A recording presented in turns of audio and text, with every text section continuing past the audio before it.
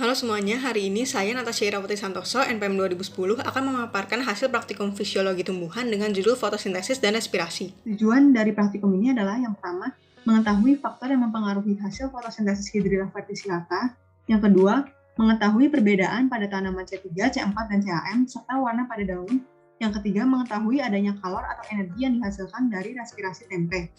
Praktikum yang pertama adalah fotosintesis pada Hydrilla verticillata. Berdasarkan hasil percobaan fotosintesis pada Hydrilla verticillata pada tabel 1, dapat diketahui bahwa hasil fotosintesis perlakuan tempat terang, tempat teduh, dan tempat gelap di jam ke-1 memiliki gelembung berturut-turut sebanyak 1,2 ml, 0,5 ml, dan 0,1 ml. Hasil fotosintesis perlakuan tempat terang, tempat teduh, dan tempat gelap di jam kedua memiliki gelembung berturut-turut sebanyak 2 ml, 1 ml, dan 0,2 ml. Gelembung yang dihasilkan pada tempat terang memiliki jumlah paling banyak, sedangkan tempat gelap paling sedikit, yang dapat disebabkan karena pada tempat terang Hydrilla verticillata terpapar oleh intensitas cahaya lebih tinggi dibandingkan pada tempat teduh maupun gelap, sehingga laju fotosintesis semakin cepat.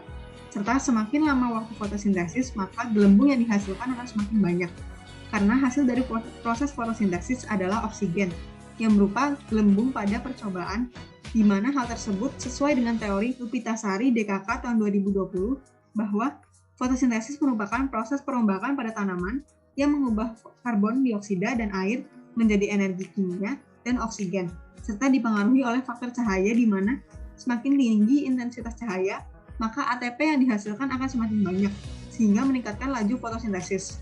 Dan selanjutnya ada praktikum pengamatan daun C3, C4, dan CAM. Berdasarkan hasil percobaan fotosintesis pada daun C3, C4, dan CAM pada tabel 2, dapat diketahui bahwa kaktus dengan nama ilmiah Cactaceae termasuk ke dalam golongan tanaman CAM, di mana dapat dilihat pada gambar 1 yang sesuai dengan teori AI pada tahun 2012 bahwa kaktus merupakan bagian dari famili Cactaceae dan termasuk ke dalam tanaman CAM atau Crassulaceae acid metabolis, di mana pada daun CAM terjadi fiksasi CO2 pada spesies sukulennya dengan pemisahan waktu.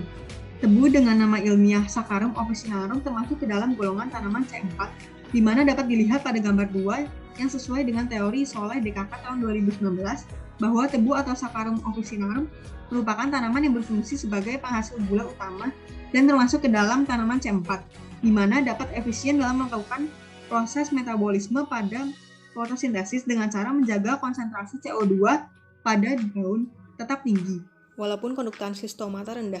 Kedelai dengan nama ilmiah Glycine max termasuk ke dalam golongan tanaman C3, di mana dapat dilihat pada gambar 3 dan sesuai dengan teori Taufik dan Sundari tahun 2012 bahwa kedelai atau Glycine max merupakan tanaman yang memiliki umur pendek dan termasuk ke dalam tanaman C3 yang memiliki tingkat kejenuhan fotosintesis yang tercapai pada intensitas cahaya lebih rendah dibandingkan tanaman C4. Jagung dengan nama ilmiah Zeamais termasuk ke dalam golongan tanaman C4, di mana dapat dilihat pada gambar 4 dan sesuai dengan teori Herlimina dan Fitriani tahun 2017 bahwa jagung atau Zeamais merupakan salah satu tanaman pangan semusim yang termasuk ke dalam tanaman C4 yang membutuhkan penyinaran dengan intensitas cahaya cukup tinggi namun dapat efisien dalam menggunakan cahaya. Nah, perbedaan dari tanaman C3, C4, dan CAM adalah tanaman 3 tingkat kejenuhan fotosintesisnya dapat tercapai pada intensitas cahaya yang lebih rendah dibandingkan tanaman C4. Tanaman C4 butuh intensitas cahaya tinggi namun dapat tetap efisien dalam melakukan fotosintesis. Serta tanaman CAM fiksasi CO2-nya terjadi dengan pemisahan waktu, sedangkan tanaman C4 fiksasi CO2-nya terjadi dengan pemisahan tempat. Lalu selanjutnya ada praktikum pengamatan warna daun.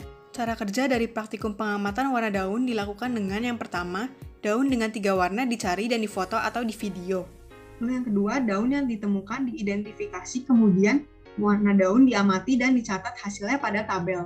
Berdasarkan hasil pengamatan warna daun dapat diketahui bahwa daun pucuk merah dengan nama ilmiah Zygium oleana memiliki warna daun merah yang disebabkan karena adanya pigmen antosianin atau pigmen warna merah yang lebih dominan pada daun, sesuai dengan teori Larasati DKK tahun 2018 bahwa antosianin merupakan senyawa yang termasuk dalam kelompok pigmen flavonoid yang dapat menghasilkan warna merah, ungu, dan biru pada buah dan sayur, namun pada tanaman pucuk merah berperan untuk memunculkan warna merah pada daun.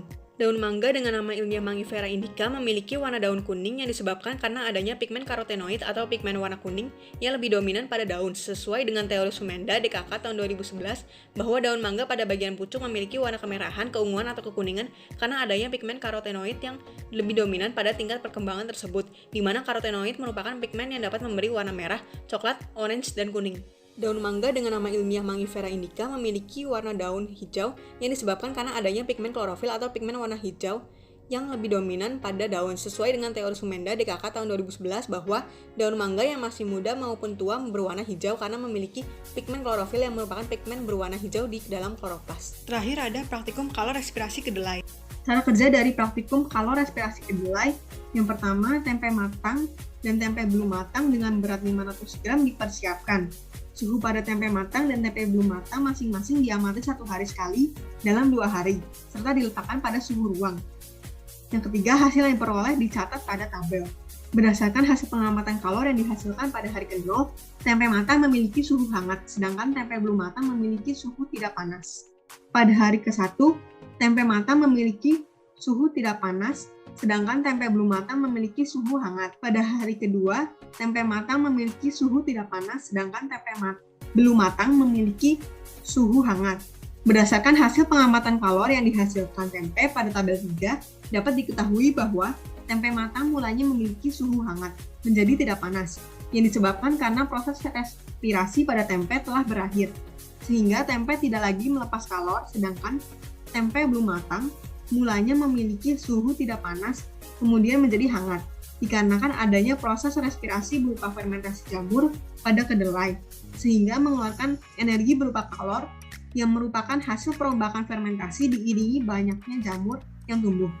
Dan jamur tersebut dapat tumbuh optimum di atas suhu ruang, sesuai dengan teori Triyono DKK tahun 2017 bahwa fermentasi pada tempe merupakan proses perubahan serta perombakan senyawa karbohidrat menjadi senyawa yang lebih sederhana dan menghasilkan energi, di mana semakin lama waktu fermentasi, maka semakin banyak jamur bertumbuh dengan suhu optimum pertumbuhan jamur Rhizophthus oligosporus adalah 30-35 derajat Celcius. Kesimpulan dari praktikum ini yang pertama adalah faktor yang mempengaruhi hasil fotosintesis Hydrilla verticillata adalah intensitas cahaya matahari dan lamanya waktu fotosintesis. Yang kedua, perbedaan tanaman C3, C4, dan CAM terletak pada proses fotosintesisnya, serta warna pada daun pucuk merah, daun mangga, dan daun mangga berturut-turut adalah merah, kuning, dan hijau. Kalor atau energi yang dihasilkan dari respirasi tempe ditandai dengan suhu yang hangat pada proses tempe belum matang menjadi tempe matang. Dan berikut merupakan daftar pustaka yang digunakan. Sekian pemaparan hasil praktikum fotosintesis dan respirasi. Terima kasih.